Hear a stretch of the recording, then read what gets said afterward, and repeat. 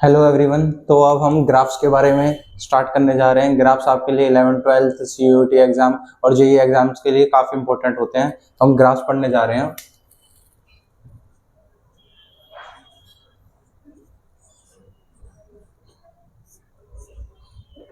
सबसे पहले हम कांस्टेंट फंक्शन का ग्राफ पढ़ेंगे।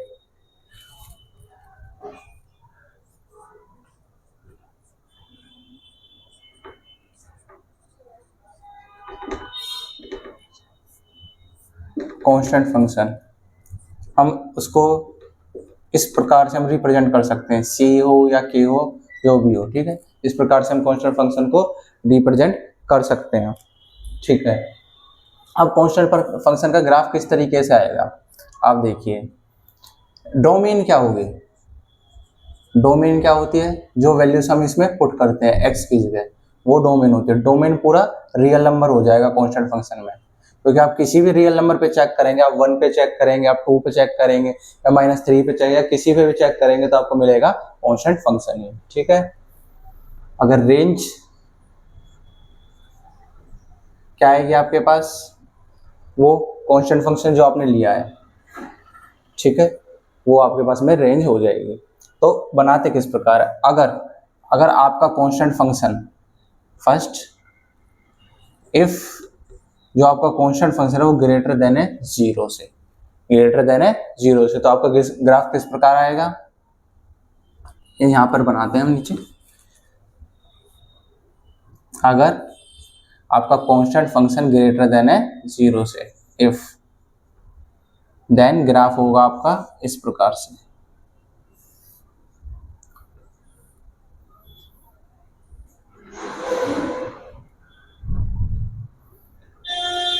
कहां पर आएगा आपका कांस्टेंट फंक्शन, बताइए। अगर जीरो से ग्रेटर है तो वाई एक्सिस आएगा कहीं पर, above the x axis, above the origin, यहाँ पर आपका कहीं कांस्टेंट फंक्शन आएगा, ठीक है। अगर ग्रेटर देन जीरो है तो ये आपके पास में कांस्टेंट फंक्शन का ग्राफ हो गया, अगर कांस्टेंट फंक्शन आपका ग्रेटर देन जीरो है तो, ठीक है। अब हम देखते हैं इसमें, अगर कांस्टेंट फंक्शन आपका, ठीक है, अगर कांस्टेंट फंक्शन आपका, सेकंड पार्ट, डोमेन और रेंज आपके सेम रहेंगे। सेकंड पार्ट, अगर आपका constant function less than zero है, इफ, देन ग्राफ किस प्रकार आएगा आपका, आप खुद देखिए। अगर c की वैल्यू लेस देन जीरो है तो कहां पे आएगी? डोमेन क्या थी? पूरा रियल नंबर, ठीक है, और रेंज क्या होती है? वो कांस्टेंट फंक्शन।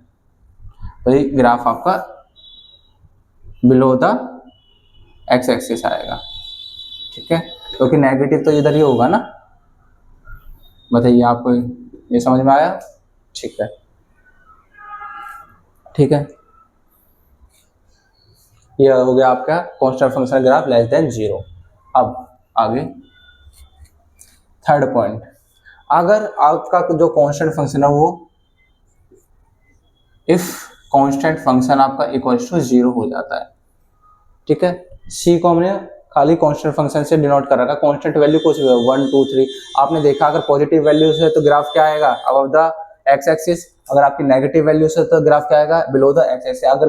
अगर कांस्टेंट वैल्यू जीरो हो जाए, जीरो पे क्या ग्राफ आएगा आपके पास? तो एवरी पॉइंट किसको कोइंसाइड करेगा? एक्स एक्सिस को। किसको कोइंसाइड करेगा? एक्स एक्सिस को। ऐसे यहाँ पर आपका ग्राफ आएगा, ठीक है। तो हर एक पॉइंट किसको कोइंसाइड करेगा? एक्स एक्सिस को। इस प्रकार से आपका कांस्टेंट फंक्शन का ग्राफ होता है तीन स्टेप्स में। ग्रेटर देन जीरो होता है above x axis, less than zero है तो बिलो एक्स एक्सिस, और जीरो है तो ऑन द एक्स एक्सिस, ठीक है। देखिए इसको,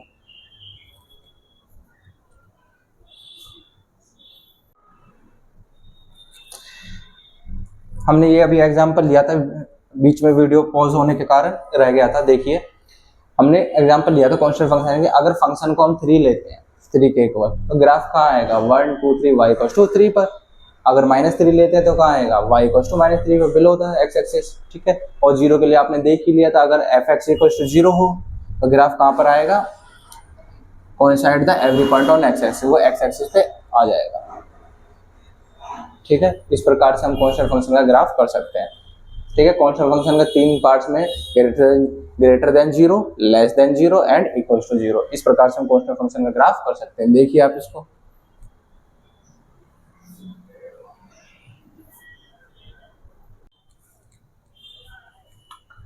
तो चलिए आगे हम आइडेंटिटी फंक्शन देखते हैं।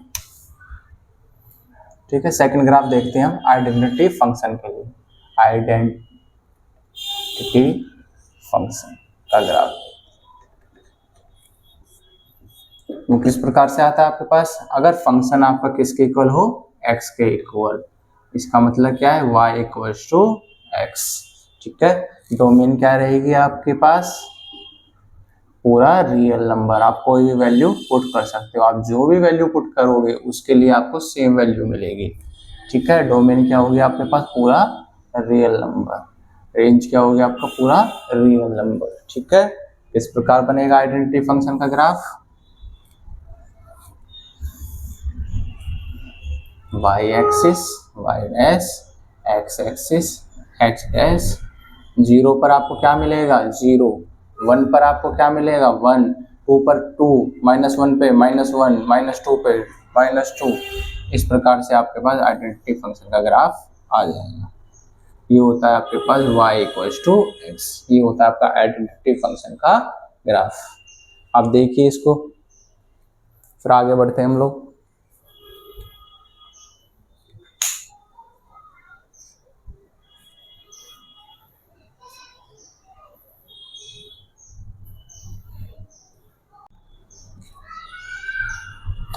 तो चलिए अब हम आगे अपने थर्ड ग्राफ की तरफ बढ़ते हैं। थर्ड ग्राफ है आपके पास स्क्वायर फंक्शन का। स्क्वायर फंक्शन, इसका ग्राफ करते हैं हम। स्क्वायर फंक्शन का ग्राफ किस प्रकार से होता है, f(x) इक्वल्स टू x²। ठीक है, इसकी डोमेन क्या होगी आप बताइए। डोमेन तो हम कोई भी रियल नंबर रख सकते हैं। ठीक है, every real number have its domain, has its domain. ठीक है, रेंज क्या होगी आप बताइए। आप 0 रखेंगे 0 मिलेगा, 1 रखेंगे आपको 1 मिलेगा, 2 रखेंगे 4 मिलेगा। इस प्रकार से आपको वैल्यूज मिलेगी। ठीक है, बट -1 पे क्या मिलेगा 1, -2 पे क्या मिलेगा 4, क्योंकि पावर क्या है इवन पावर है, -3 पे 9। तो आपको पॉजिटिव वैल्यू से ही मिलेंगे, और पॉजिटिव वैल्यू कहां से कहां तक मिलेंगी, 0 से लेके इन्फिनिटी तक।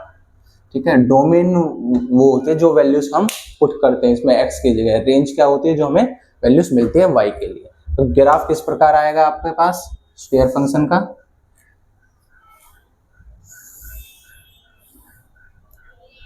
थोड़ा नीचे ले लेते हैं इसको।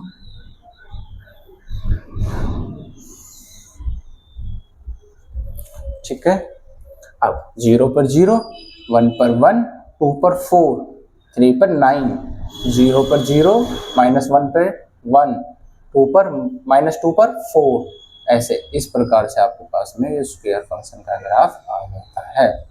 ये 0 को टच करेगा यहाँ से। ठीक है, एक सेकेंड। ठीक है, ये हो गया y इक्वल्स टू x² का ग्राफ आपके पास।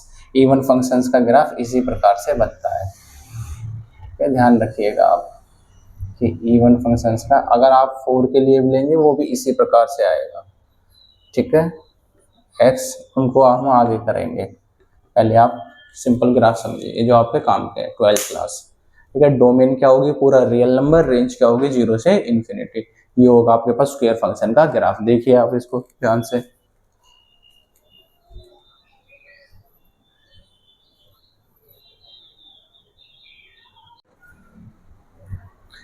तो चलिए अब हम अपने फोर्थ ग्राफ की तरफ बढ़ते हैं, मॉडुलस फंक्शन। मॉडुलस फंक्शन, ठीक है, मॉडुलस फंक्शन का ग्राफ किस प्रकार से होता है आपके पास। अभी आपने देखा स्टार्टिंग में कांस्टेंट फंक्शन का ग्राफ कहाँ पे होता है, वैल्यू 3 है तो y इक्वल टू 3 हो जाएगा। ठीक है, -3 है तो y इक्वल टू -3 हो जाएगा। 0 तो x एक्सिस को कोइंसाइड करेगा, फिर y इक्वल टू x का देखा आइडेंटिटी फंक्शन। दोनों हर रियल वैल्यू पे हमें रियल वैल्यू मिल रही थी। ठीक है, फिर हमने स्क्वायर फंक्शन का देखा कि रेंज डोमेन क्या थी, पूरा real number, but negative values पे हमें रेंज कैसी मिल रही थी, पॉजिटिव। तो रेंज कहाँ से कहा था, 0 से इन्फिनिटी। इस प्रकार से हमारे आए। तो ग्राफ कैसे बना, तो स्क्वायर फंक्शन इस प्रकार, सेम इसी तरीके से, ठीक है। इसी तरीके से आप बताइए मॉडुलस फंक्शन, मॉडुलस तो आपने पढ़ा होगा। इसका ग्राफ क्या होगा, इसकी डोमेन क्या होगी। डोमेन तो हम रखने के लिए कुछ भी रख सकते हैं, डोमेन तो हम पूरा रियल नंबर रख सकते हैं, है ना। डोमेन तो हम पूरा रियल नंबर रख सकते हैं, ठीक है। पर रेंज क्या मिलेगी, रेंज आपको क्या मिलेगी बताइए। रेंज सोचिए आप जरा सा रेंज के बारे में, बोलिए।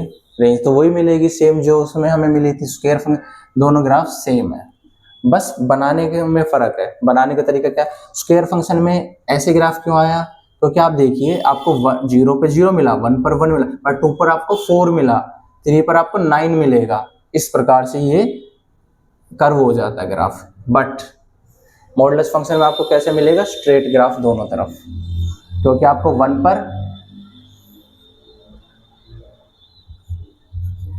ठीक है,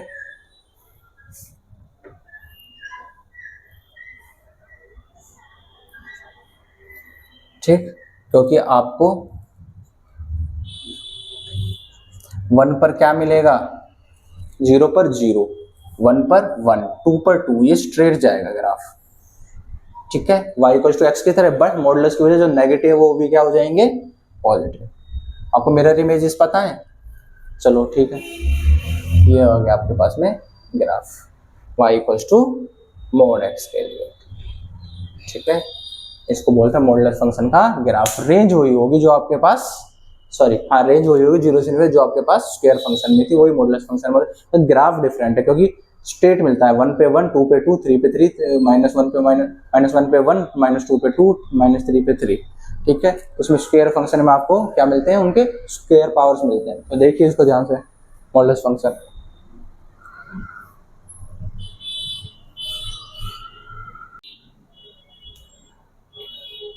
तो चलिए अब वहाँ आगे हम अपने फिफ्थ ग्राफ की तरफ बढ़ते हैं।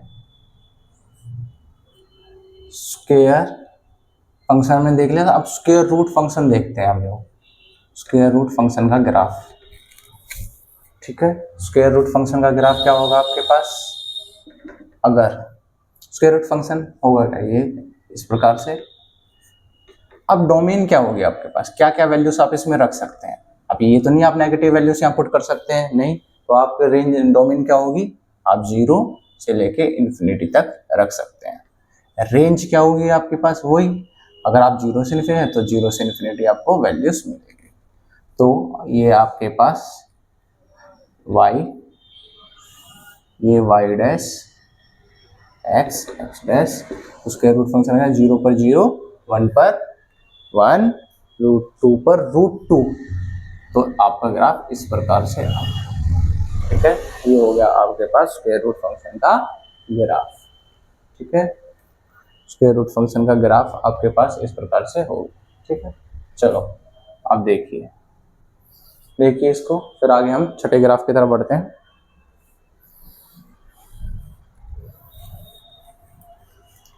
रेसिप्रोकल फंक्शन का ग्राफ देखते हैं, ठीक है। 6 देखते हैं हम, reciprocal function,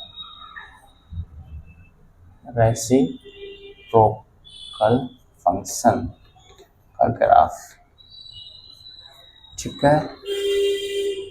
function equals to 1/x, क्या कर रेसिप्रोकल फंक्शन, और डोमेन क्या होगी आप बताइए। पूरा रियल नंबर हम ले सकते हैं, बिल्कुल ले सकते हैं, बट आपने ट्रिग्नोमेट्री में पढ़ा होगा 1/0 क्या होता है आपके पास में, नॉट डिफाइन। तो किस पर डिफाइन नहीं होगा, ये 0 पर डिफाइन नहीं होगा, तो इसलिए डोमेन में से आपने क्या सब्ट्रैक्ट कर दिया, 0 को। रेंज क्या आएगी आपके पास, इस प्रकार, ठीक है, क्योंकि 0 पर ये डिफाइन नहीं होगा। तो रेसिप्रोकल फंक्शन का ग्राफ कैसे आएगा आपके पास, ठीक है, y axis S x x dash, ये इस प्रकार से अप्रोच करता दिखाई देगा आपको वैल्यूज को। एक सेकेंड, ठीक है, इस प्रकार से, और ये इस प्रकार से, चलो और बड़ा कर देते हैं इसको ऐसे, और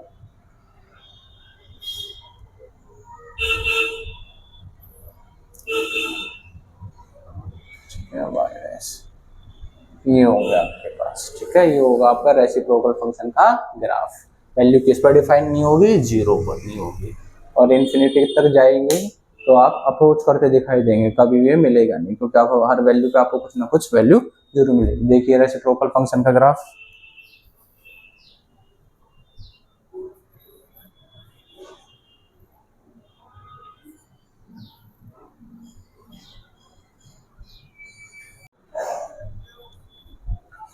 तो चलिए अब हम आगे 7th ग्राफ देखने जा रहे हैं, मोस्ट इंपॉर्टेंट है, ग्रेटेस्ट इंटीजर फंक्शन का, ग्रेटेस्ट इंटीजर फंक्शन के लिए। ध्यान से देखिए, अगर फंक्शन आपके पास इस प्रकार है तो आपको पता होगा ये सिंबल किसका होता है, ग्रेटेस्ट इंटीजर का। डोमेन क्या है, और रियल नंबर आप ले सकते हैं, पर रेंज क्या मिलेगी आपको, रेंज मिलेगी आपको इंटीजर्स ओनली। आप डोमेन तो पूरा रियल नंबर ले सकते हैं, पर रेंज क्या मिलेगी आपको, इंटीजर्स मिलेंगे। आप ग्रेटेस्ट इंटीजर फंक्शन में पहले समझिए होता क्या है। अगर आपने लिखा है 2.8, क्या लिखा है 2.8, तो इसका मिनिमम लेना है आपको, क्या आएगा 2। आपने लिया है 3.2, तो क्या आएगा मिनिमम 3। इसी प्रकार आपने लिया है 9.1, तो क्या है 9.9 लिया है तो 9 आएगा। ठीक है, सिमिलरली अगर आपने लिया है -1.5, तो क्या स्मॉलेस्ट आएगा, -1 से छोटा, -1 से छोटा, -1 नहीं -2, ऐसे ही -2.56 छोटा गया -3, -7.8 से छोटा -8, इस प्रकार आपको लेना है। ठीक है, ये होता है आपके पास में ग्रेटेस्ट इंटीजर फंक्शन। ठीक है, चलो अब इसको ग्राफ पर रिप्रेजेंट करते हैं हम लोग।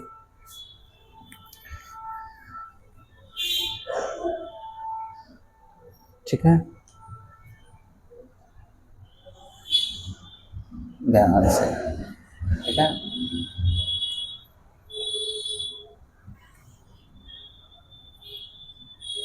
ठीक ठीक है, देखते हैं, चलिए ध्यान से करना, ध्यान से।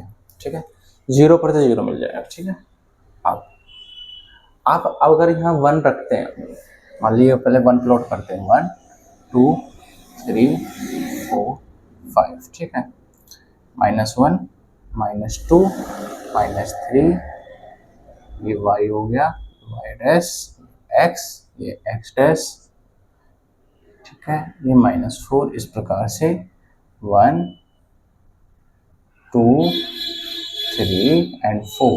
ठीक है, चलिए -1 -2 -3 -4, ठीक है, ध्यान से देखते हैं। ठीक है, अगर आप यहाँ ग्रेटेस्ट इंटीजर में 1 रखते हैं तो आपको क्या मिलेगा, 1 मिल जाएगा। ठीक है, पर ये देखिए आप 0 रखेंगे 0, 0.1 रखेंगे 0, 0.2 रखेंगे 0, 0.1 रखा 0, 0.2 रखा 0, 0.9 तक आपको क्या मिलेगा, 0, 0.9 तक आपको क्या मिलेगा, 0। ठीक है, ठीक है, आगे बात समझ में आपको। तो ये यहाँ से यहाँ तक ये ग्राफ ऐसे रहेगा ओपन, क्योंकि आपको 0.9 पे भी क्या मिलेगा, 0। ठीक है, 1 पर क्या मिलेगा, अब आपको 1 पर ये 1 तो नहीं, ये 0 तो नहीं मिलेगा 1 पे, 1 पे तो 0 यहाँ होगा ना। 1 पे क्या मिलेगा आपको, 1 पे 1 मिलेगा, यहाँ पे आ जाते हैं हम लोग। 1 पे क्या मिलेगा, 1। ठीक है, 1 पे क्या मिलेगा, 1। फिर 1.1 पर आपको क्या मिलेगा, 1। ऐसे 1.9 तक आपको क्या मिलेगा, 1। 2 पर क्या मिलेगा आपको, 2 मिलेगा, 2 पर 2 मिलेगा। तो 1.9 तक आइए आप, 1.9 तक तो आपका 1 ही रहेगा। ये यहाँ तक क्या रहेगा, ये यहाँ तक क्या रहेगा, 1। ठीक है, यहाँ तक क्या रहेगा, 1। 2 पर 1 नहीं मिलेगा, 2 पर क्या मिलेगा, 2 मिलेगा। ठीक है, फिर ऐसे 2.9 तक क्या मिलेगा आपको, 2 मिलेगा। ठीक है। 3 पर क्या मिलेगा आपको, 3 पर क्या मिलेगा आपको, 3 पर क्या मिलेगा आपको 3, ठीक है। 3 पर आपको क्या मिलेगा 3, ऐसे 3.9 तक क्या मिलेगा, फिर आपको 3 मिलेगा। 4 पर आपको क्या मिलेगा, ऐसे ही ऐसे, ठीक है। आगे बात समझ में,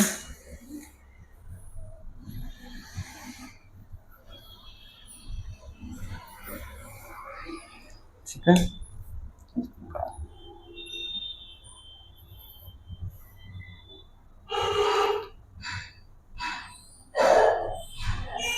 ठीक है,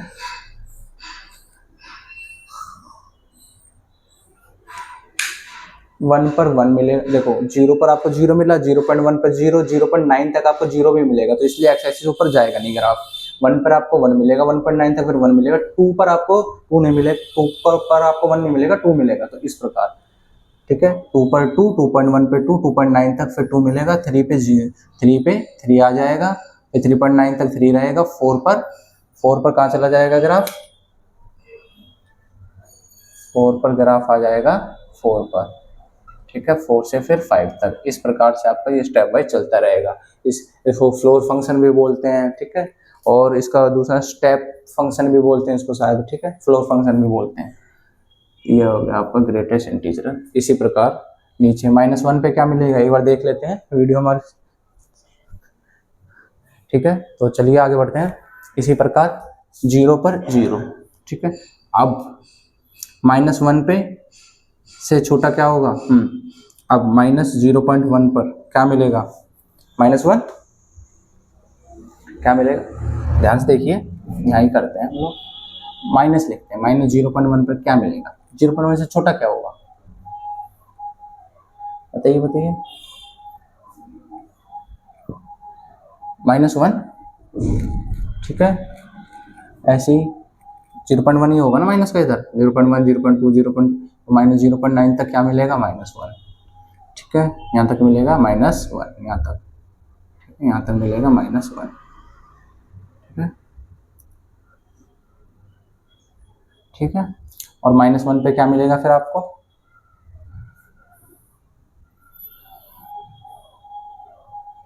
अरे वैल्यूज को डाल दो ना, एक सेकंड, ठीक है। इधर नीचे आएंगे, ठीक है, नहीं इधर आ जाए ना ग्राफ, नीचे आ जाएगा, ठीक है। तो आपके पास क्या मिलेगा, अब आपको, अब यहाँ वैल्यू डालिए -1.2, तो क्या मिलेगा -2, ठीक है। तो ये फंक्शन आपको यहाँ क्या मिलेगा, ऐसे,